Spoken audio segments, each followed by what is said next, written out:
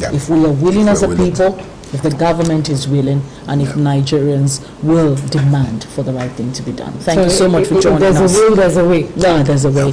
We will take this conversation forward. I'm sure we'll find some time again to join us next week so we could take the conversation forward until we get the Nigeria that is free and totally economically viable. We must explore all avenues. Thank you for joining us. Thank you very much. I'll take another break. I had a conversation with Otunba Gani Adams. So we were talking about restructuring, some of the things that must be done to make that work. Coming up after that conversation is Alhaji Razak Olukoba.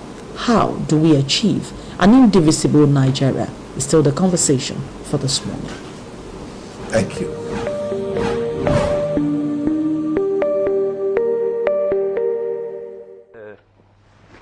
I'm not a politician, but I have the experience of how we got this democracy. I'm part of the system.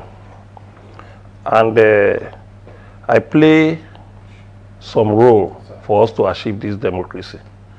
And I understand how protests start and how protests end in Nigeria. And that was one of the reasons I wrote a letter to the President Muhammadu Buhari, that don't use military to stop protesters. Don't use military to dispatch protesters, because military are not trained to monitor protesters, to even dispatch a protester.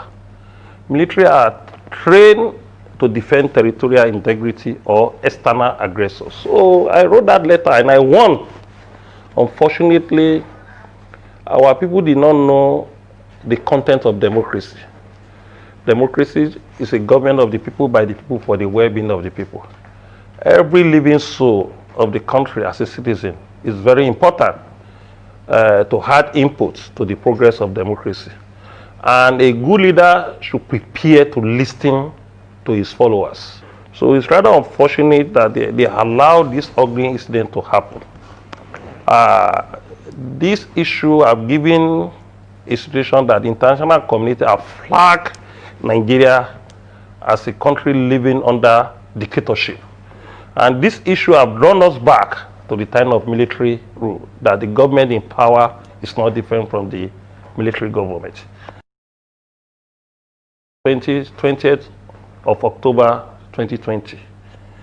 It was so saddening, it's highly barbaric, it's uncalled for. Is something that any living soul should condemn globally. It's something that we don't even expect that we witness something like that anymore in our nascent democracy. It's something that we don't even expect that will happen again in our history. Some of our people have shed their blood. They have paid supreme price for us to get this democracy in 1999.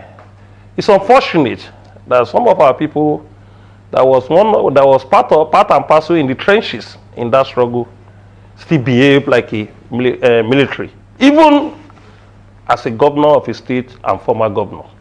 Because what happened in Lekki go beyond commander-in-chief as a president. It is between the federal government and the state government where the protests hold in their own jurisdiction. Because you can't blame, you can't exonerate somebody as a state governor when an army will move and attack a protester without your knowledge.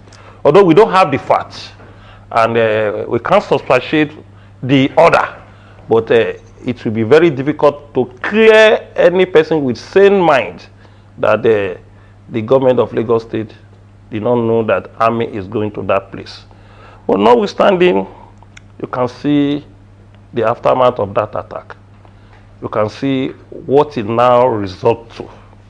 You can see how many life and public property and private property that have been lost.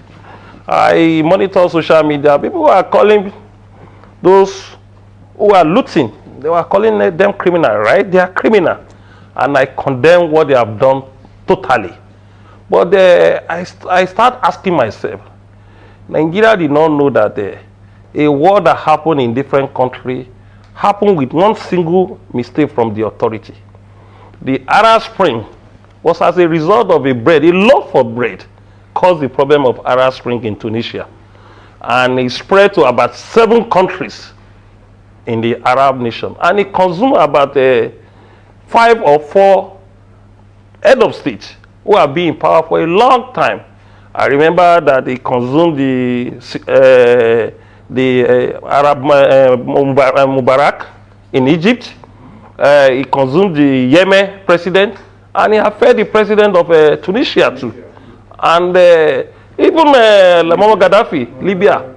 So if you don't learn a lesson, just someone burning himself because of frustration of a loaf of bread in Tunisia, not talking of sending army to kill a peaceful protesters.